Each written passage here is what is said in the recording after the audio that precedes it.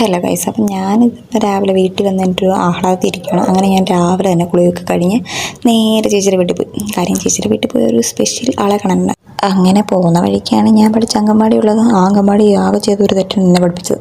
പിന്നെ ഞാൻ നേരെ നടന്ന് കുറേയൊക്കെ നടക്കാനുള്ള ദൂരമേ ഉള്ളൂ. അങ്ങനെ നേരെ എന്തുണ്ട് ഈ ഒരാളെ കാണാൻ വേണ്ടി. അങ്ങനെ ഞാൻ ചെന്നപ്പോൾ ഗേറ്റിൻ്റെ അടുത്ത് നിൽപ്പുണ്ട്. ആൾക്ക് ഇറങ്ങാൻ പറ്റത്തില്ല. അങ്ങനെ ഞാൻ എടുക്കാത്തതിൻ്റെ ഇതിൽ നിൽക്കുകയാണ്. എന്നെ എടുക്കുമോ എന്നെ പുറത്ത് കൊണ്ടുപോകും. ഞാൻ ചെന്ന് കഴിഞ്ഞാൽ പിന്നെ ഫുൾ ടൈം എൻ്റെ അടുത്തായിരിക്കും.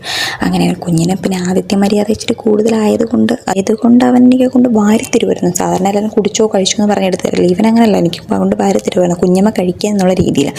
പിന്നെ കൊണ്ടുതരുന്ന വഴിക്ക് പകുതി കയ്യിൽ നിന്ന് താഴെ പോകുന്നുണ്ട്. എനിക്ക് കൊണ്ട് തരുന്നതും കിട്ടുന്നതും കരിയേപ്പില മാത്രമാണ്. അവൻ കൊണ്ടുതരുന്നു, പകുതി അവനങ്ങ് തിന്നുന്നു. അവൻ തിന്നതിൻ്റെ ബാക്കിയാണ് കൊണ്ടുതരുന്നത്. ഇച്ചിരി മര്യാദ കൂടുതലായതുകൊണ്ടേ. പിന്നെ കുറേ നേരം എൻ്റെ അടുത്ത് വന്നിരുന്നു. എൻ്റെ കൈ തന്നെ ആയിരുന്നു. അപ്പോൾ ഞാൻ ഇങ്ങനെ വരുന്നിടം വരെ എൻ്റെ കൈ തന്നെ, എൻ്റെ കയ്യിൽ നിന്ന് മാറിയിട്ടേയില്ല. പിന്നെ കുറേ നേരം കാര്യമൊക്കെ പറഞ്ഞ് പിന്നെ അവൻ്റെ ഭാഷയിൽ അവൻ എന്തൊക്കെയോ പറഞ്ഞ് എനിക്കൊന്നും മനസ്സിലാവാത്തത് കൊണ്ടും അവൻ അവിടെ ഇരുന്നു. അത്തപ്പാത്രങ്ങളുടെ ബൈ ബൈ, സീ യു.